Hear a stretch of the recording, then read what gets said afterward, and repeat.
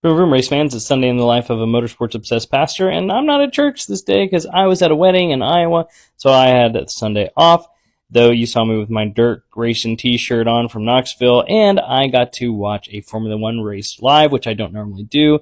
My friends who I was staying with have recently gotten to Formula One, so it was fun to watch, and Barcelona was actually a pretty entertaining race. I don't understand why this yellow flag was so long, but it felt like it was unnecessary and went forever, and there was Max losing his mind on George Russell. Pretty incredible stuff from Max Verstappen right there. Congrats to Oscar. It seems like he continues to cruise along and just dominates. Time to head off the airport, and while I got to the airport, I did try and catch a little bit of the IndyCar race from Detroit, but I didn't have much time to do so, and it's Iowa, so of course they had dirt racing on. They had the World of Outlaws on at the bar. Shout out Ryan Blaney and Body Armor. Maybe this is foreshadowing for later in the day. On my flight, they have a documentary about the Dakar Rally, and I don't know much about it. I do follow it every now and then, but man, this was incredibly cinematic. The storylines were amazing, and I just cannot believe how much the teams and drivers go through. It's honestly insane. There's Sebastian Loeb, a great WRC driver, and like I said, this is just very cinematic and fun to watch. I've done some follow-up to learn more about the drivers and still have some to do.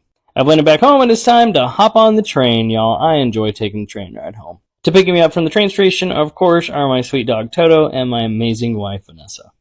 We got home just in time for me to catch the start of the Nashville race. You can see them on the pre-race grid, and I was excited to get home in time for that. At least I got to catch 2 races out of 3 on this day. There's a pretty interesting battle here for the lead between Hamlin, Briscoe, and William Byron. Tyler Reddick also got in the mix, and the Toyotas were looking really strong early on in the race. My cat also decided that she wanted to watch a little bit of the race. She wasn't looking at the TV right then. I distracted her, I guess, but she likes to watch racing.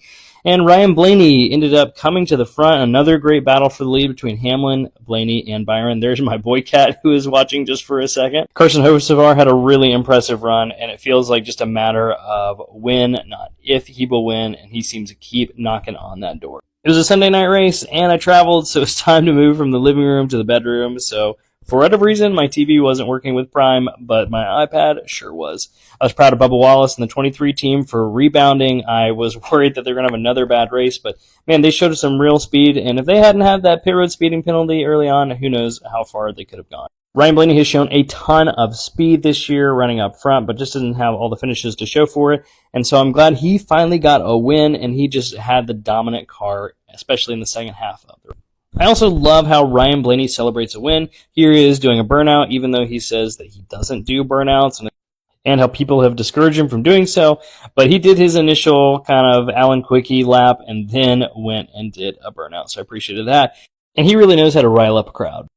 Notice that he takes his helmet off so the fans can see his face. I love how he gets up on the car. I love that he slaps it. He's really egging on the crowd. That was super fun, and he just does a great job engaging with the crowd. So many drivers could take note, and that moment had plenty of aura. It was another day filled with racing, and thanks for joining me on a Sunday in the Life.